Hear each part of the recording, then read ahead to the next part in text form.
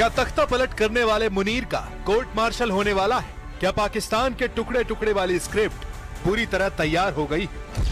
क्या पाकिस्तान का कटोरा प्लान फेल हो गया है? कितने दिनों में बदलने वाला है पाकिस्तान का नक्शा?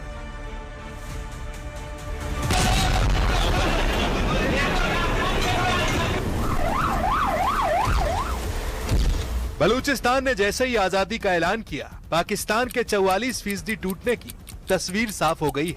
लेकिन सवाल है कि क्या पाकिस्तान के टूटने पर यही ब्रेक लग जाएगा? आगे पाकिस्तान की तस्वीर क्या होगी? पीओके सुलग रहा है। वहाँ के लोग बार बार सड़कों पर उतर चुके हैं, पाकिस्तानी फौज के खिलाफ आवाज उठा चुके हैं। तो क्या पीओके भी बलूचिस्तान की राह पकड़ेगा?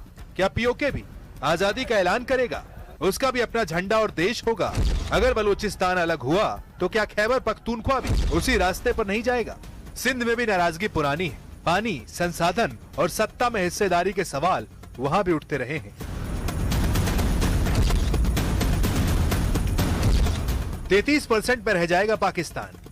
बलूचिस्तान 3,47,190 वर्ग किलोमीटर में फैला है। ये पाकिस्तान का 44% हिस्सा है। खैबर पख्तूनख्वा का क्षेत्रफल करीब 1,01,741 वर्ग किलोमीटर है और ये पाकिस्तान का 13% हिस्सा है। पीओके करीब 78,000 से 86,000 वर्ग किलोमीटर में और ये पाकिस्तान का 10%। अगर ये तीनों अलग हुए तो पाकिस्तान सिर्फ 33% में रह जाएगा।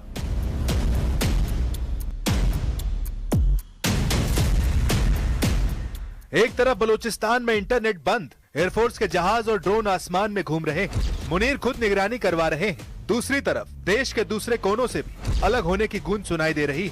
सवाल सिर्फ ये नहीं कि पाकिस्तान का नक्शा कितने दिनों में बदलेगा, सवाल ये है कि जब एक टुकड़ा टूटेगा तो बाकी टुकड़े कितनी देर संभल पाएंगे। बलूचिस्तान, पीओके, खैबर, सिंध, क्या ये सब मिलकर पाकिस्तान को सिर्फ एक नाम का देश बना देंगे?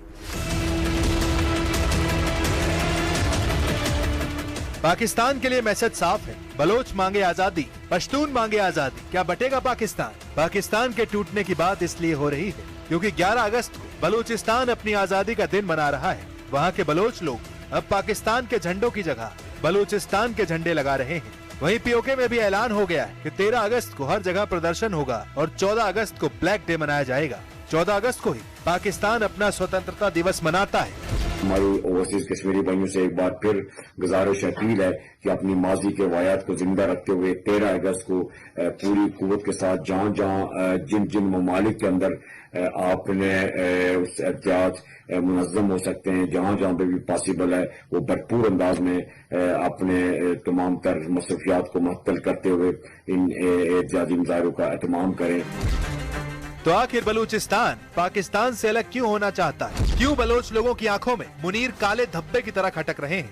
बलूचिस्तान पर पाकिस्तान की सेना का असली चेहरा उस समय भी बेनकाब हुआ था जब इसी साल जून के महीने में बलोच मानवाधिकार कार्यकर्ता मेहरंग बलोच को उम्र कैद की सजा सुनाई गई थी। पेशे से डॉक्टर और बलूचिस्तान की शेरनी कही जाने वाली मेहरंग को एक अधिकारी की हत्या के मामले में सजा सुनाई गई।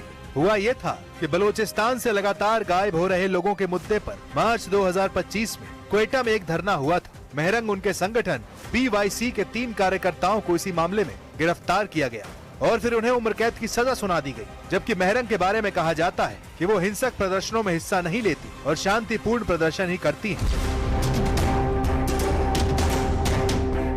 बलूचिस्तान में आजादी और लोगों के अधिकारों के लिए लड़ने वाले विद्रोहियों में कई महिलाएं शामिल हैं जिन्होंने मुनीर की सेना की नाक में दम कर दिया। हवा बलोच, मेहरंग बलोच, करीमा बलोच, शहनाज बलोच, आसिफा मेंगल। BLA से जुड़ी ये वो महिलाएं हैं जो कम उम्र में ही शहबाज और मुनीर के सिर का दर्द बन गई हैं। दावा तो ये भी किया गया कि मेहरंग बलोच की गिरफ्तारी के बाद बलूच आंदोलन में महिलाओं की भागीदारी बढ़ गई। 11 अगस्त पाकिस्तान के इतिहास की वो तारीख बनने वाली है जब BLA यानी बलूचिस्तान लिबरेशन आर्मी ने बलूचिस्तान की आजादी का ऐलान किया। BLA के इस ऐलान से पूरे पाकिस्तान में हड़कंप मचा हुआ है। 14 अगस्त यानी पाकिस्तान के स्वतंत्रता दिवस से ठीक 3 दिन पहले यानी 11 अगस्त को अपना स्वतंत्रता दिवस मना रहा है। BLA ने कहा कि बलूचिस्तान अब रिपब्लिक ऑफ बलूचिस्तान के नाम से जाना जाएगा। इतना ही नहीं, रिपब्लिक ऑफ बलूचिस्तान के लिए अलग राष्ट्रगान और राष्ट्रभाषा का भी ऐलान किया गया है। 14 अगस्त को पाकिस्तान आजादी का जश्न मनाने वाला है, लेकिन इस जश्न को फीका करने के लिए बलूचिस्तान के विद्रोहियों ने दांव चला है। बलोच वॉइस ऑफ जस्टिस ने ऐलान किया कि 14 अगस्त से वो सोशल मीडिया पर एक मुहिम चलाएगी और उन लोगों की तलाश शुरू करेगी जो लंबे समय से लापता हैं। उधर बगावत से घबराए पाकिस्तान ने बलोचिस्तान के सुराब जिले और खुजदार जिले में 15 अगस्त तक कर्फ्यू लगा दिया है। ये कर्फ्यू रात में 8 बजे से सुबह 9 बजे तक रहेगा। सुराब जिला एक तरह से पाकिस्तान के बीचों बीच एक जंक्शन है। यहाँ पाकिस्तान के 2 बड़े नेशनल हाईवे NH-25 और NH-85 गुजरते हैं। ये जगह CPEC का जंक्शन भी कहा जाता है। यहाँ से गुजरता बहुआ NH-25 क्वेटा को कराची से जोड़ता है। वहीं NH-85 ग्वादर बंदरगाह तक जाता है। सेना का अहम सप्लाई रूट है। सुराब और खुजदार पर अगर BLA कब्जा कर ले तो पूरी दक्षिणी बलूचिस्तान को क्वेटा से काटा जा सकता है। यही वजह है कि बलोच विद्रोही इस इलाके में सेना पर हमला करते रहते हैं। बलूचिस्तान के हालात देखकर चीन परेशान है। उसके महत्वाकांक्षी belt and road initiative project का एक बड़ा हिस्सा बलूचिस्तान में यानी CPEC प्रोजेक्ट पर चीन $65 बिलियन निवेश कर रहा है। ग्वादर पोर्ट को चीन के शिनजियांग से जोड़ने के लिए निवेश हो रहा है। China Hub coal power plant पर $1.9 अरब लागत लगी है।